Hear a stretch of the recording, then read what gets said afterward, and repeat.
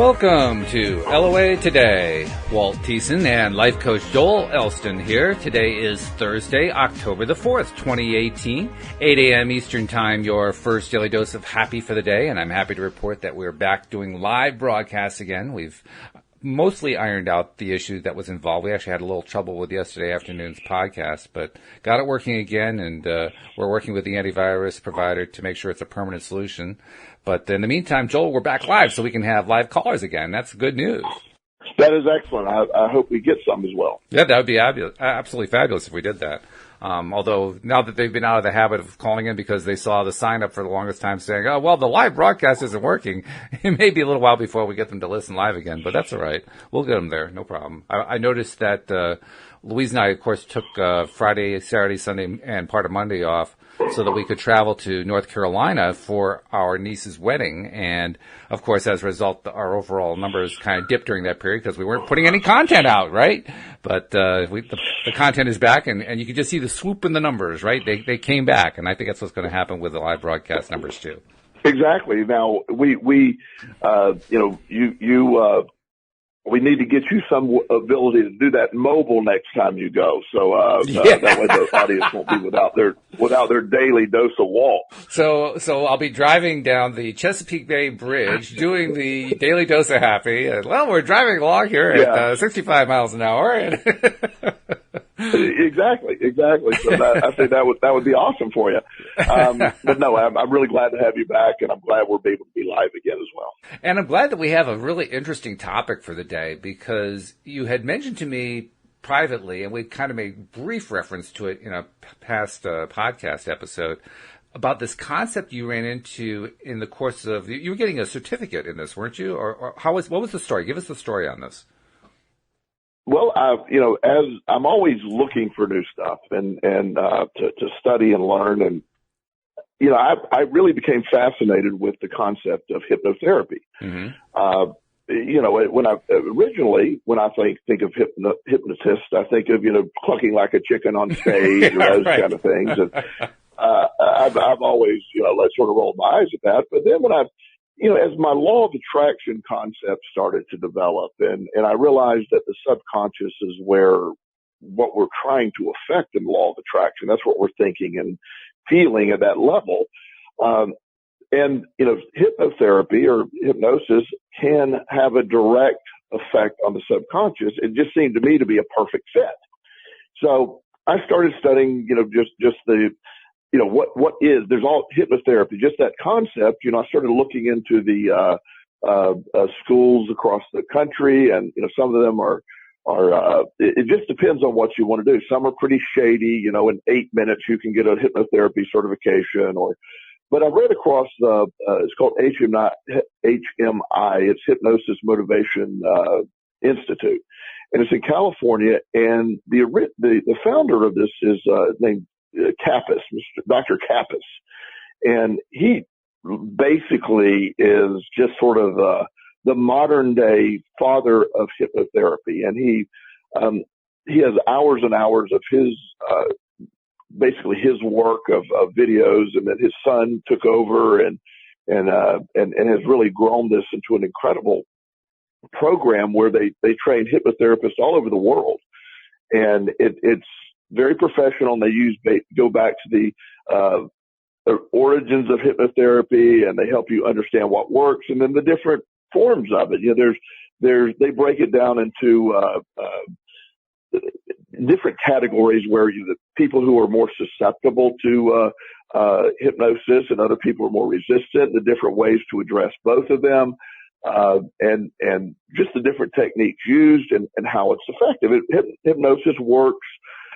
It is not the concept of somebody not remembering what happens. It really is a way to help you become in contact with the subconscious mind. The reason I'm telling you all this is how I came across this idea. Well, as I was taking this class, and there's hundreds and hundreds of hours of stuff you do and tests I have to take and had to take, and it was just a lot of work, but I really enjoyed it.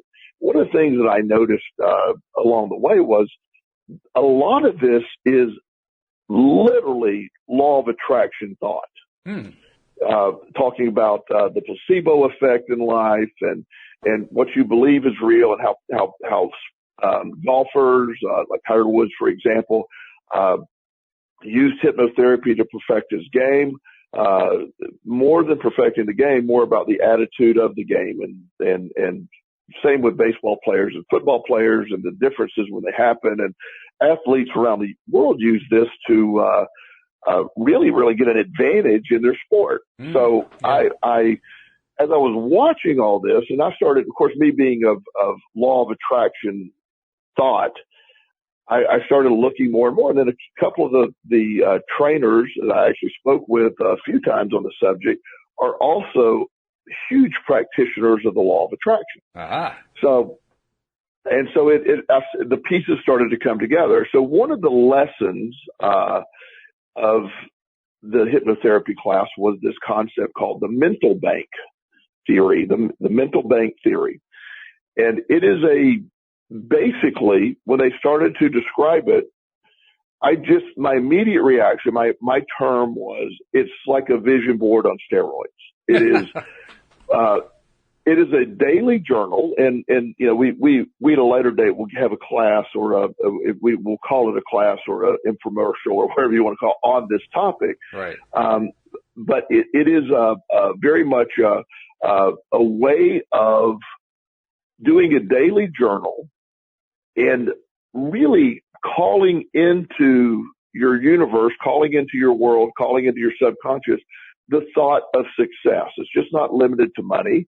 It's about your career. It's about happiness in your life. It's about relationships.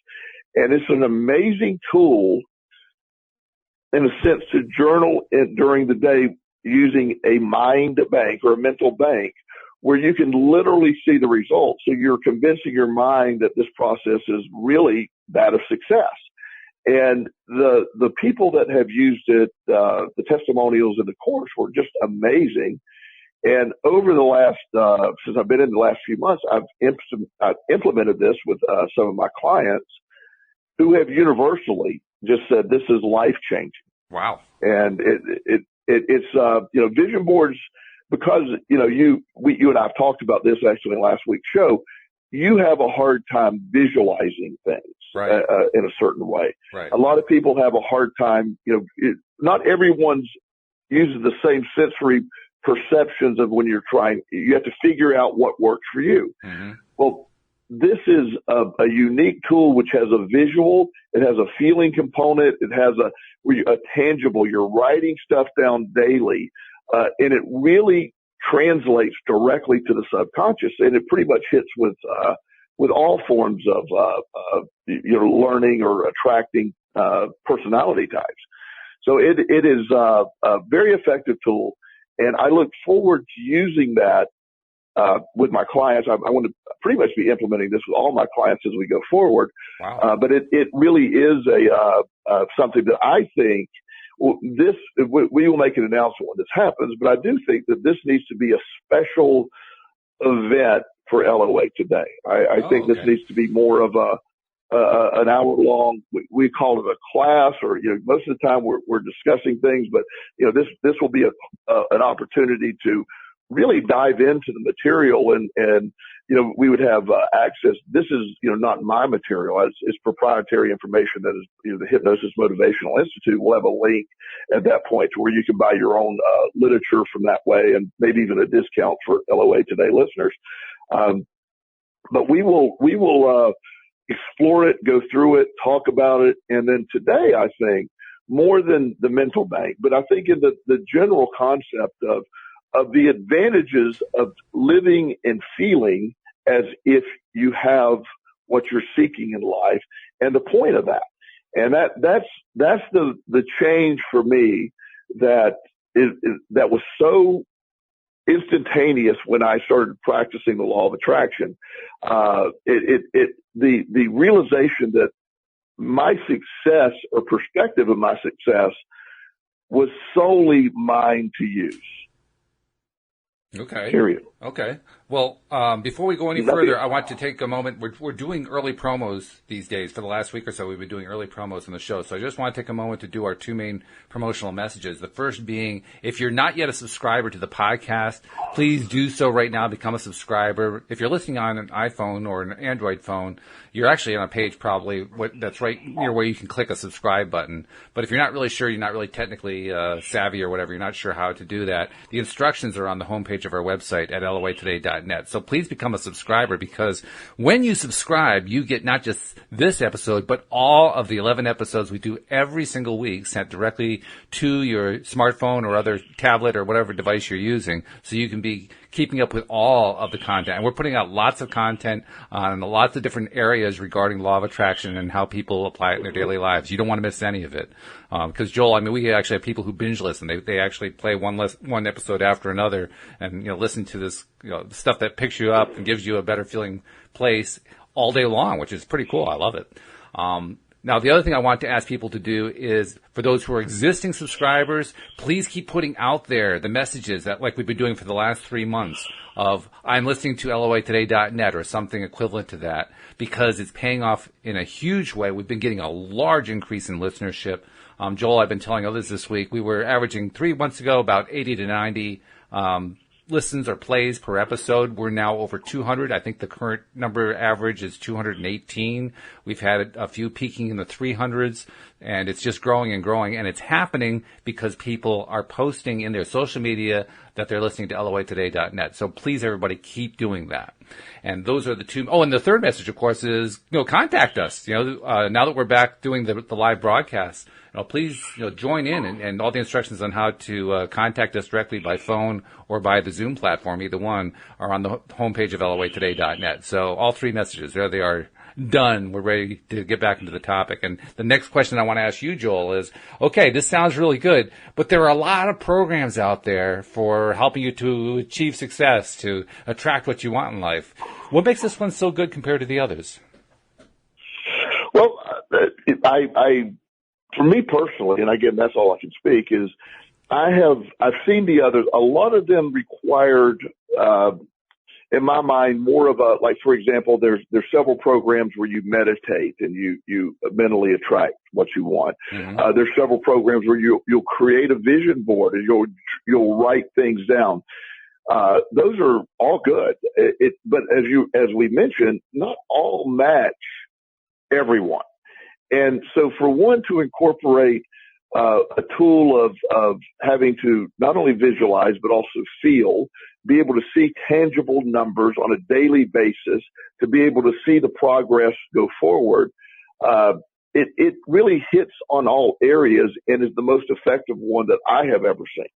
And again, I am the one calling this sort of a vision board thing. This is not what HMI, the hypnotherapy school, calls it. It's right. Just the mental bank for them. Mm-hmm. But I'm the one that's making that comparison of how that works for me. So these attracting tools, they're using it in an attracting tool, but calling it something different. It's a way to sort of help you become more productive, because you'll find yourself looking to increase your mental bank. And again, that'll be explained all in detail. But to me, it just made more of a difference of, I feel it hits on all areas. I've done vision boards, and in the past, I've used my computer, I've put pictures on my phone, and I think they're effective, but I never felt as invested in those as this one. This requires me to take daily action. Mm-hmm. And other people say, well, so does a vision board where you look at your pictures. Yes. But if I look at a picture, say if I'm out of habit looking at my, $50 million home that I have on my vision board, and at the end of the day, I look at it, I've had a really crappy day and all this is going on. I'm forcing myself to look at it. But if I see the tangible progress at the end of the day, and I'm logging that tangible process, that has a way of turning my feelings around and say, maybe this wasn't such a crappy day because I was so incredibly productive. Okay. And so it does have a different view of it. And so I love anything that helps us achieve that feeling that we're seeking because that's where we're after. And there could be other tools out there that I am not aware of. I've been doing this for a while, law of attraction. It's the first time I've ran across this. So I don't know that I'm not going to run across 50 more that are equally as good, if even not better, maybe. Sure, but this one has my biggest interest right now. And then you combine it with the history of the person who developed it. Again, this Dr. Kappas, who is just an incredible, he has a form of hypnotherapy named after him, Kappasian therapy, or hypnotherapy is such a, it carries that much more weight because he found it so successful, and it really hit home with a lot of his students over the years, and it's just an ongoing process. The term neuro-linguistic programming is to me, it is also something I'm studying that is that goes right along with hypnotherapy. It's tools to reprogram the thought processes in the brain to more positive or to more advantageous thought. And this is all this is coming together for me in an incredible way. So I'm so happy to be able to share it with the audience, and hope they find it.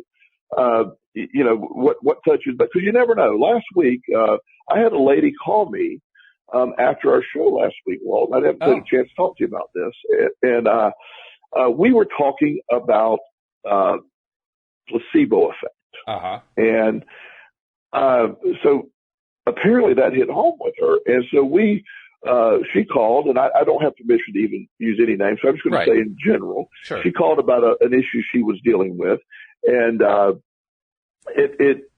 she asked me questions. She was very honest, very refreshing. She said, I'm really trying hard with the law of attraction. I believe in what we're talking about. I believe in the placebo effect on some level, but deep down, I don't know if I really believe it. Mm-hmm. And when it comes to medical issues and stuff like that. Right. And so we talked about ways around that, and her willingness to try it, and what she needs to do. So my point of why it relates to today's topic. So when she called, this random concept for us about, we're talking about the placebo effect. It connected with this lady who's now implementing that. She assured me she would follow up after a few weeks to see if the solutions had any bearing or anything that moved forward. And she has a surgical option she can look at that we certainly are not saying don't do. Right. But there's other interventions before surgery that we suggested she try. And so we're going to follow up, and then she may be on our show one day and report how that went for her. That'd be fabulous. So it would. And so the way that we're coming forward to today, so the reason that we talk about these concepts, there are people listening right now who are all on board with Joel and Walt's theory. And then there's people that are going to be, do I really believe this? Or are they trying to sell me on something? Well, I recognize the skepticism and accept it and understand it because I've been there. But part of the law of attraction that takes place is a willingness. And since we don't charge any money for the show, we don't have any sponsors. So we do this right now out of a love of what we're doing. And one day I hope that we laugh at that statement and say we do it for the love of what we're doing and all the money we make. One day soon. That would be awesome too. But right now it certainly is that. And I've had this discussion on the show before. And had it with a couple of therapists in the last week or so. I have a therapist that I work with, is an outstanding therapist, and is a traditional social worker level therapist, great person. However, he has become very accustomed to the I'm trying to think of the term, very accustomed to the concepts of just, okay, I want to get my insurance. I'm going to wait, 3 weeks, and I want to get my copay, and then I'll get paid in 3 to 5 weeks. And so, the idea that he the law of attraction practitioner is what he has become. And so he started changing his thought process of what the clients are. And he said, I have a really hard time asking for people to give me $100 an hour and pay cash. He said, he stumbled around that number in saying it. And while he does take insurance, he has noted, as I have noted, that people who pay a minimal or nothing for the services get the least results out of it. It is, they're just not invested. They're not invested. The only people who have ever no-showed and no-called for my appointments are people who I was doing pro bono work for. Mm-hmm. Since they put no value, and that's not a personal statement, I'm doing it for free to them. At that time, I was doing it for free. And, and I realized at some point, it is actually detrimental for that, because if you don't invest in what you're doing, it doesn't have value to you. And so, the idea, and again, this is the perfect show to discuss it, because we're not charging for this. And I do believe people find value in what we're doing. But my concept of thought of what is it? Why is it that people, when you don't invest in something, that when people feel they're putting their hard-earned money into it? I have a gentleman that I work with. He is a young, very young professional. He got on with a really big company right out of college. He's 26 years old. He makes good money for a 26-year-old, but at the same time, he's still, he's not going to retire next week either. So, we've been seeing each other weekly. And so I asked him, I was feeling uncomfortable on some level that he's paying me $100 per session to be meeting and all this. And as we were talking, I said that, I want to suggest we consider going to every other week, because I know that, that has to be a financial strain on you. And his response was very reassuring to me. And it actually shows where he's at in the law of attraction. He goes, "This is the most valuable money I spend every week." He said, I certainly don't view. He said, no, we need to stay once a week. He said, I feel better and recharge. My success is because of these concepts. If I would cut out cable TV before I cut this out, and he went through the things. He said, and so that was reinforcing that he saw the value. Now, again, it's a significant amount of money out of his paycheck to pay me every week. Sure. But the value attached to that it's worth it. So he's investing in the experience, and he puts more value into it. And that's again, it's all about the perspective. And you see how all this flows together. So the lady that was speaking with about her condition that she wanted to work on, she was thinking, what can I do? So we came up with a strategy of what she could apply to help her believe in this. It not that this is going to make the difference. So I told her about a natural remedy for this thing. Now, again, I wasn't giving medical advice. I told her about a natural remedy that other people have reported to be successful. And if she were to implement that and apply the law of attraction, she would have a basis to believe something other than thought helped that. Now, the thought could help it along, which she believed, but this other intervention could give her the sort of the tool to rally behind, sort of like a placebo fit pill. Mm-hmm, sure. It helps to take the placebo pill. Yeah. So I'm excited to hear from her. And she's now, as she makes this go forward, I'm expecting great things. And I think we'll hear from her in a couple of weeks of how this is really, maybe after her doctor verifies, maybe she won't need surgery because of this.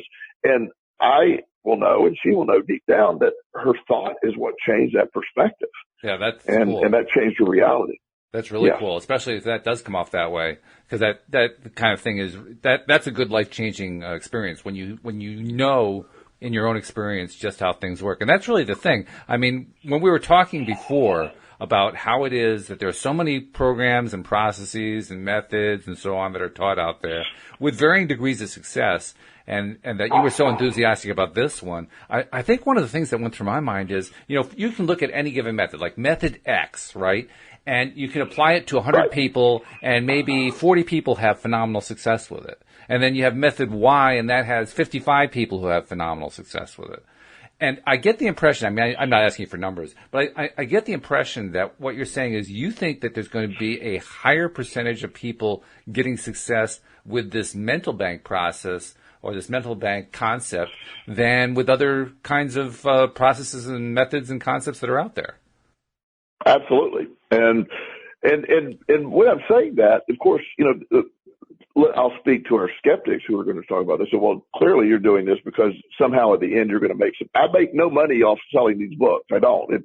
I'm sharing a concept that I found to be extremely valuable, and that's sort of why we do this every week. I give an hour of my time a week. You give, I don't know, ungodly amount of hours a week. Quite a few.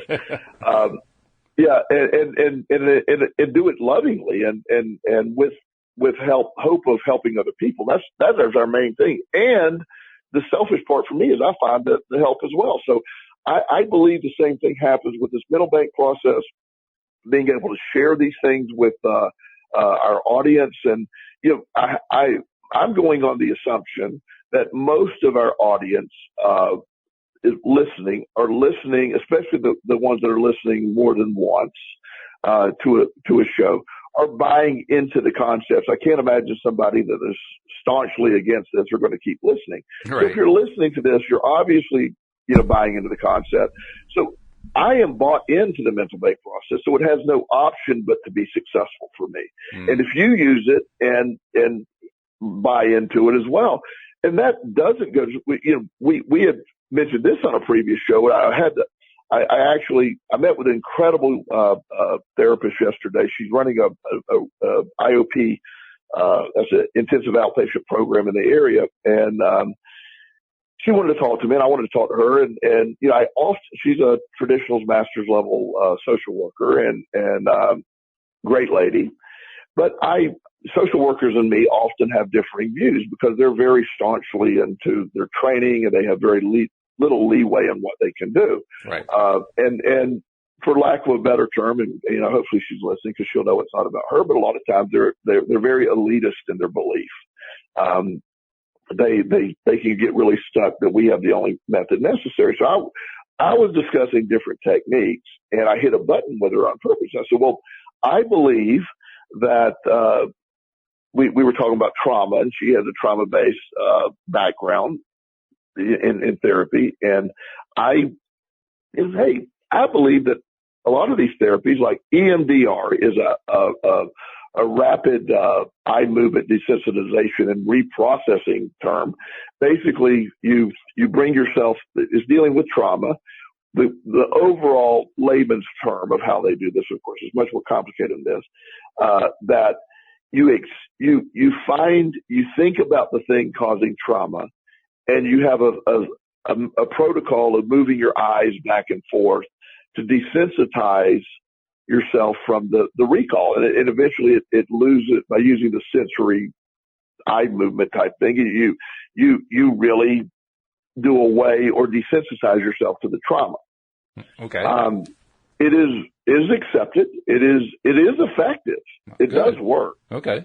But the part that frustrated, we laughed about it because the reason it works, the hint here behind it all, not because you're thinking about a memory and moving your eyes, you're believing that thinking about the memory and moving your eyes is working. That's why it's working. Placebo. The therapists that are conducting these go through an incredibly extensive training in this process. They're sold 100%. So the therapist is completely sold, as she was, when I pointed out that there are studies. It's not and I do not want to talk anybody out of this concept who are getting help. But I want everyone to accept that you get to choose what your pervasive belief is, and that will affect the outcome. There's a term called a tapping that the late Dr. Wayne Dyer used to talk about where you basically do the same thing. You think about what's causing you anxiety, but you tap the meridians. You can look that up. I won't explain all that. Certain parts of the body, the meridians, you tap those several times while you're thinking about those things, and that will eventually desensitize you to the thought. It's just as effective as EMDR.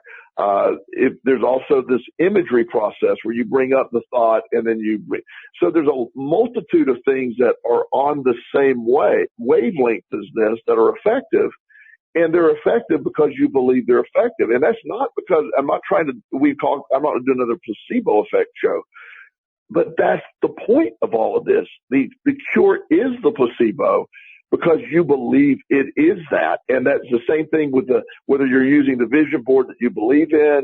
That's why it does work.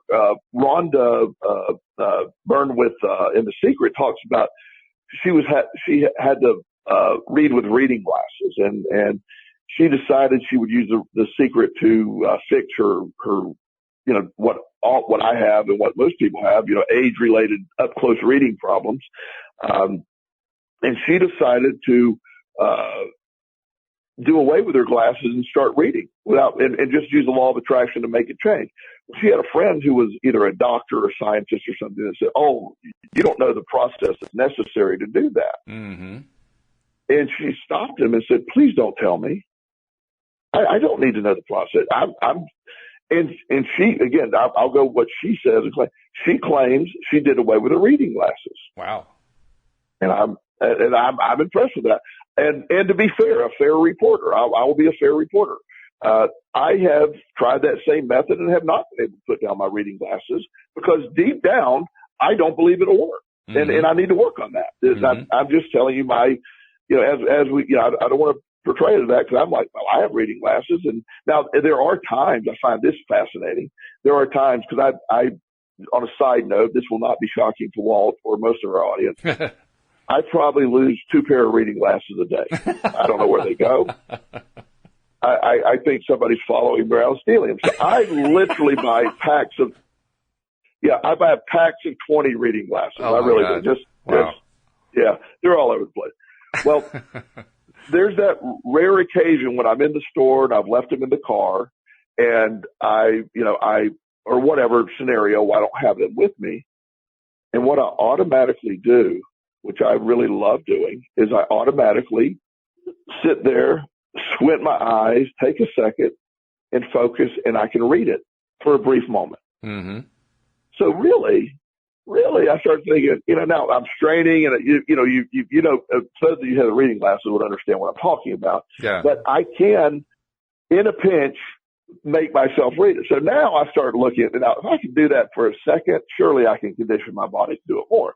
Now, I have so many things going on. I just, the odds of me spending much time on that during the day seems sort of wasted. But it is a concept that I can accept. But I'm more, because of my science background, I need something to match my belief that, because I'm looking at it, wow, here's why I'm having trouble reading up close. Here's what happened. So for me to change that, it is traditionally considered unchangeable. Mm-hmm. So I can't do it. But as we talk about, that's just because we've been told we can't do it. So that's a battle with me as I go forward. I think it's true for a lot of people. With this vision board, yes. I think that's everything when you really, whether it comes to money or whatever. But when we talk about the vision board or the mental bank that we have discussed, when we talk about that, I strongly know for a fact I have had a vision board work for me. I've had it work to the point I was blown away by it. I'll tell the story again briefly of when I was in South Carolina and I was working with gamblers in a treatment center that I co-owned down there. The inherent problem when working with compulsive gamblers is they have no money. By the time they come for treatment, their addiction has taken everything and usually taken most of their family's money. Right. So there's no money in treating gambling addiction. But I had a vision of what a gambling treatment center could be that could be the most effective gambling treatment center on the planet. I would use a lot of holistic techniques. I would use individual therapy. I would use different types of therapy to get different types of personalities involved. I would offer both group and individuals, and I would implement vision stuff, hypnotherapy, and all these practices, as well as a healthy diet and exercise. I would get a piece of property on a beautiful setting, several hundred acres, and where people are isolated, but and surround them with a positive environment to help them. That's what I envisioned. And I literally put a picture of a house on a board, this old mansion somewhere. Now, at the time, I was surviving I was doing well at the time, but I wasn't doing anywhere remotely well enough to ever buy something like that. You're talking about a multi-million-dollar project. And you're not going to get anybody to loan you money on a project like that because, again, gamblers have no money. You'll never make your money back. So it's almost an impossible task to bring about. Yeah. But yet I had a vision board there, and I would laugh when I looked at the vision board. Go, yep. And I wasn't, since I'm a gambler, I don't play the lottery. So I didn't even have a chance to win the lottery to play it. So now I'm thinking, wow, I don't even have that 1 in 2 trillion chance. Now there's no answer to this. So for me to make that come true, it would be more extraordinary than winning the lottery. Yeah. Is what I felt. Yeah. I can see that. So randomly one day, I was in my office in South Carolina. I get a call from a gentleman who lived in Virginia, and he was going to open up a gambling treatment center, and he wanted to come down and talk to me about it. And I'm like, I rolled my eyes and said, okay, he has no idea. He's like most other addicts. He was a gambler early in recovery. Most addicts get in recovery and they want to all of a sudden go fix treatment and become the sole become the answer to their problem. Right. So this was what I assumed. I hear that all the time when I'm treating people. They're like, 3 weeks into treatment, I want to do what you're doing. I go, okay, well, we got a few more steps between there, but that's a good idea. I always sort of patronize him. Sure, yeah. So he wanted to come down, and I'm like, okay, he's going to come down. So I started talking to the guy, and he brings me these plans. He said, my family has 400 acres in Hanover, Virginia. We have this old home. He showed me pictures of this mansion and on these 400 acres, and it's on a hill, and it turns out it's a historic property. Little Revolutionary Wars and Civil Wars took place on his property. It's amazing. Wow. And a lot of history there. And I'm looking at that, and the house, Walt, was strikingly similar to the one on my vision board. And I laughed. He went, wow. I mean, then he started describing what he wanted in his treatment center. And it was almost a checklist of everything I discussed earlier. Oh my. He wanted to do mainly individual therapy sessions. He wanted to incorporate holistic practices. There was so much stuff that he wanted to do, the hypnotherapy piece. And I'm like, okay, this is really weird. Now, the caveat to this was I was always thinking this would be my treatment center, but I never specified that in my vision board. It was just I would be running a treatment center like that someday. That lesson learned there. But anyway, you got to be a little more specific than that. Yeah. But then I got to the next logical conclusion that I think most people would. Okay, you're going to treat a bunch of busted out gamblers with no money. Right. Insurance at the time, and really now, really still doesn't cover gambling addiction that well.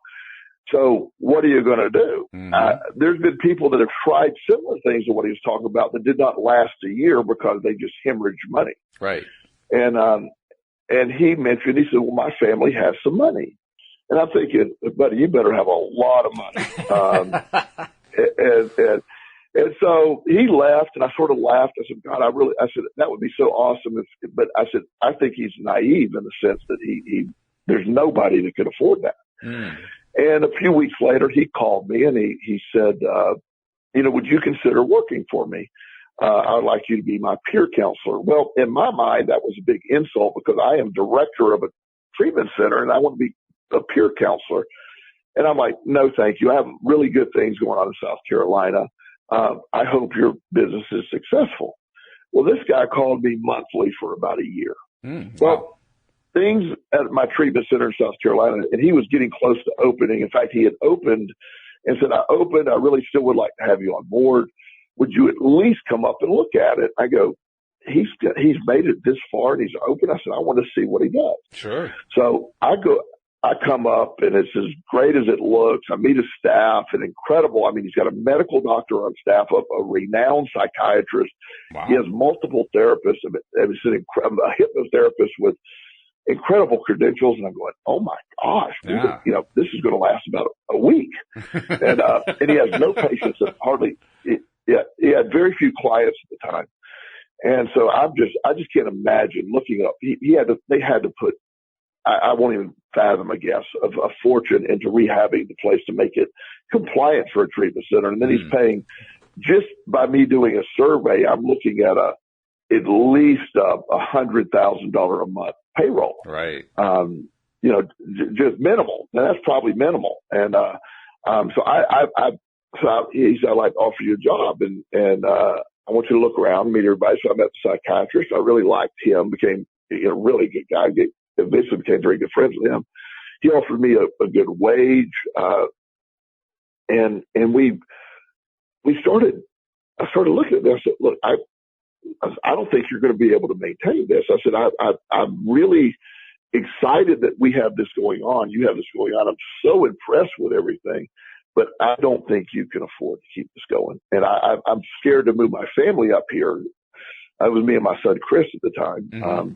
TJ is about to turn 18. So he was going to be able to stay down in South Carolina with his biological family. So, when I just didn't think there was any way I could move everybody up on this gamble, so to speak, that he was going to be able to make money.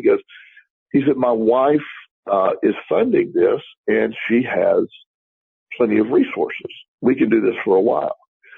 So I did a little research and turns out his wife is a tobacco heiress. Ah, yeah. So she does have resources. She basically was, her family started United States Tobacco. And so what, I don't know her net worth, but we would be closer to, you'd be well up there when you start discussing. It's probably closer to $1 billion than it is $100 million. Right. It's a lot of money. Right. These are very, and they're very generous. And so for them at that level, they could lose $1 million a year. And it's, while they're not happy about losing $1 million a year, it just is a tax write-off. Right. Against their other income. So long story short, I ended up coming up here. I became director of the program and I was there for 5 years and it was an incredible experience. That was created by a vision board, Walt, in my mind. That's crazy. There's really no something. way.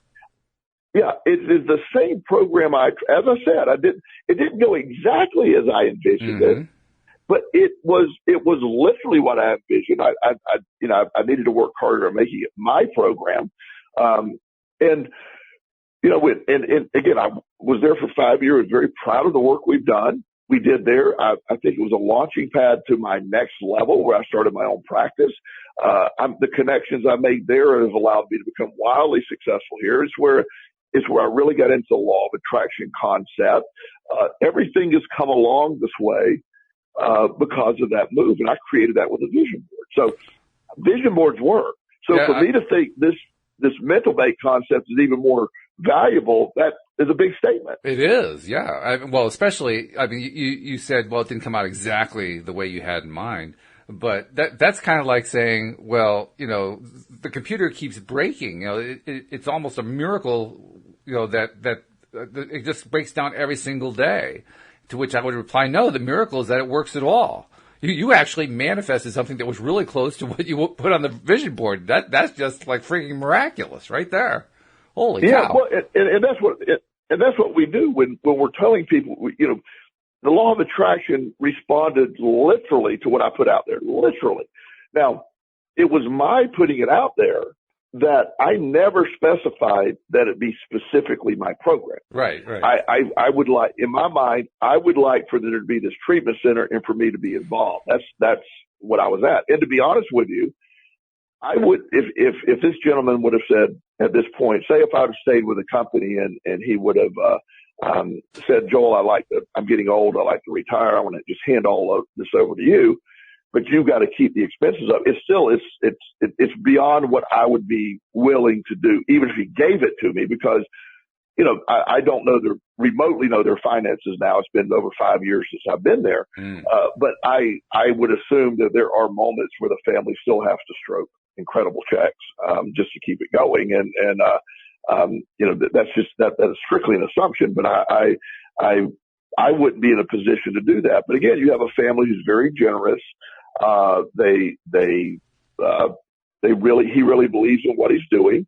Him and I haven't always saw eye to eye. That's one of the reasons I'm not there anymore. But there's never been a doubt of his willingness to serve addicts and gamblers in particular, and to see him, and he's thriving, and he's living a life in a lot of ways that he never would have been able to live. And I do believe our two visions came together, and it made a big difference. Yeah. Oh, I can see that. So when like you said, when you say that, given that experience, now you're endorsing this mental bank concept and saying it's going to be even better. That is a very powerful statement. And in fact, it made me remember, you sent me a copy of the book, and I want to thank you publicly for doing that. I started reading it last night, and I'm going to actually finish the book today if I can, because it's not all that long. It's only like 223 pages. It's not that long of a book. But it was written a number of years ago, quite a few years ago, back in the 1980s. And there's a preface and there's an introduction written by two people who had been involved with the program from an early state. One of them is the one who wrote the introduction. Her name is Danielle Durant, and she writes her own story in the introduction. And the story, now this is written in 1987, so you have to kind of price this in 1987 dollars, so to speak. But the story is fascinating. It says, I have to admit that I began using the mental bank somewhat skeptically and very inconsistently at first because it seemed too good to be true. I also taught the program to my clients in therapy at the Institute. The results they began to have shocked me. I witnessed changes in their lives in such short periods of time that it seemed incredible.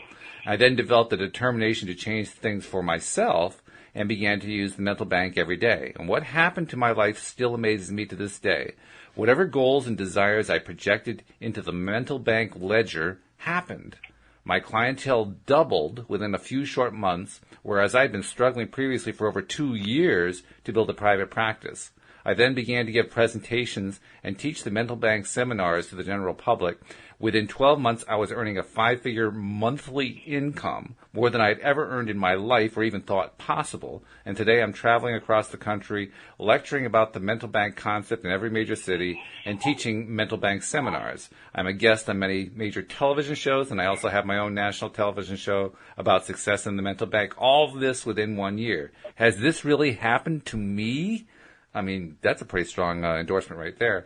The other thing that catches my attention about it is this is 1980s. Okay, so this has been going on for some time. They have apparently been having quite a bit of success, and yet it hasn't really caught on to the national consciousness. I mean, you ask the average person about the mental bank concept, and they'll say, what? I mean, that was my reaction. I had never heard of the darn thing before. And it occurs to me that whenever you have something that breaks ground in a big way, it can take a long time for it to catch on, simply for the very reason that she gave, which is, I have so much skepticism about this. It seems too good to be true.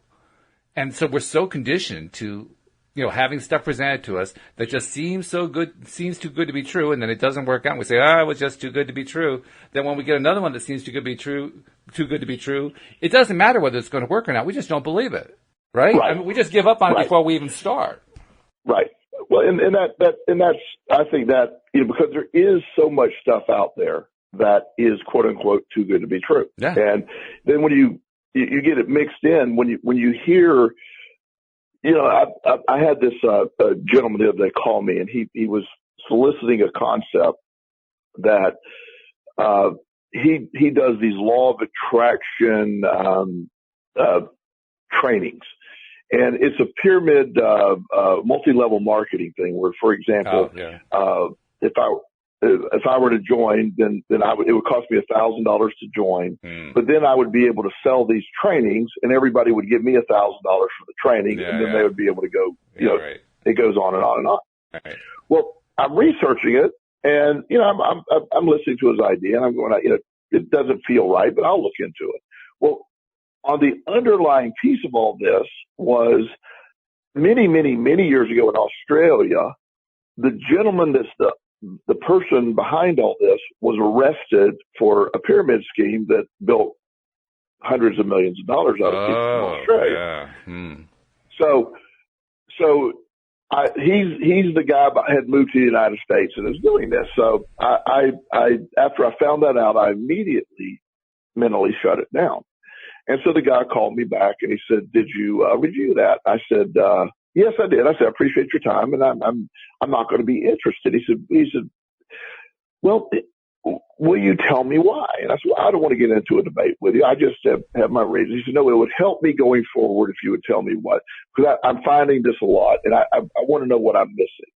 And I said, "Well, I will tell you if you'll agree not to try to debate me over it or try to change my mind." And I said, "If you do that, I'm just going to politely hang up." And I said, well, I've done some research, and the gentleman that is underneath this in multiple, and then he interrupted me. He's not involved on any level. I can't believe it. And I said, sir, have a good day. He he couldn't accept. But, and what I would have gone on to explain to him, regardless of whether the man was or was involved in whatever debate there was behind the scenes, I have already made up my mind because of the information I've seen. Exactly. This was not going to work. So it was irrelevant for me to pursue it any further. Right. Because I had made up my mind. Does that make sense? Absolutely makes sense, because it's the placebo effect in reverse. It's the built-in belief before you've even taken a look any further that it's not going to work that stops it. And it almost doesn't matter whether or not that other guy was actually behind it or not. The point is the perception of him being behind it is what's going to stop it. And that is the answer to the guy's question, even though he didn't want to hear the answer. But that is the answer. Right. Well, and he couldn't get to that place of hearing it because clearly he was prepared. He had heard before what I said. And whether this guy would, well, in the moment you tell me, okay, you're going to pay me $1,000, you're going to take the training, and you're going to sell each course for $1,000 to as many people as you can sell it to. And you do that through online marketing and all this. And he said, this incredible information. And I said, I've never been a fan of that type of sales. I just haven't. Mm-hmm. I know I have friends that swear by it and do very well, that type of concept. Mm-hmm. I'm happy for them. I really am. It's just not me. Right. And that's the piece that a lot of folks don't get. Yeah, it's a tough one because there are a lot of people who have tried multi-level programs and a number of them have succeeded, but there are also so many more who don't succeed and you never hear from them. Or you rarely hear from them. You hear from them only, indirectly through conversations with friends. Oh, I know somebody and didn't go anywhere with them. That's the extent you hear about it. But that extent is all that it takes. Because when you hear that being passed around enough, then the overall reputation is, well, multi-level marketings are rip-off schemes. So the moment that you have that thought in your head, you're already defeated. The program is dead. It doesn't matter how good the information is. The program is dead because it's tied to something that has a negative connotation in people's minds. Exactly. And that's the sort of that's the piece that the argument or the discussion I was attempting to have with him that he wasn't going to be able to have. Yeah. Yeah. And it's unfortunate, but nevertheless, that was probably part of his own growth process. And I imagine something good's going to come out of it for him anyway. And if nothing else, he's trying to learn something that he needs to learn. And I'm not even sure what that is, but though there's something that he's getting out of it, and it's going to produce some kind of result that he needs. So, more power. Absolutely. And he may find 10 people to do that, and they find 10 people. He may be very successful for him. Quite possible. Instead of I have no problem with him doing well with that. I just again can speak solely for me and what I believe. So much of what I believe that I know. Well, there was a time when I would have allowed myself to been sold by him that concept, and then I would have put myself in a position where I subconsciously didn't believe it, but would have bought into his sell and not really believed it on subconscious, then failed and then beat myself up because I couldn't be successful at this. Exactly. Yeah. That's an old narrative that took place years ago in my life. Mm-hmm. Well, it's a narrative I think a lot of people can identify with. I can identify with it. I've had plenty of experiences like that. In fact, that's one reason I'm really interested in the book and in the concept, the mental bank concept, and why I'm really looking forward to is, doing a deeper presentation of it. I'm glad you said we're going to do that because I like that. I'm in favor of that. And I'm going to be digesting this book in the next 24 hours in a big way and implementing it. I liked one comment he made, too, early on in the book. I can't remember exactly where he said it, but basically he said something like, this is a book where you're not going to want to do the method because the method seems dumb and it seems boring and it seems stupid. And his response is, do it anyway. Just forget the fact that it's stupid. Forget the fact that it's dumb. Forget the fact that it seems like a waste of time. Just do it anyway. So I'm just going to do it anyway.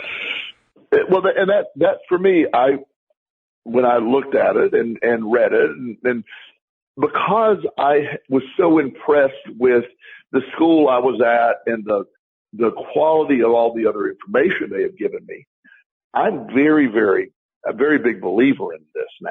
You know what I mean? It really was huge.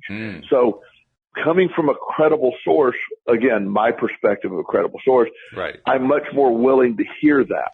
If it's some, there's a gentleman in the law of attraction, field we've talked about before, mentioned before, and I don't want to mention his name because I don't want to put anything negative out there. But to me, he could be the greatest guy in the world, but he comes across as a salesman-y, not well-intentioned person. So his courses, he has tons of them out there. He's all over the internet, and I'm glad he's successful. But for whatever reason, his stuff would not be successful for me because I don't think it comes from a great place. I could be truly wrong, but that's, again, my perception is the point. Perception is everything. It really is true.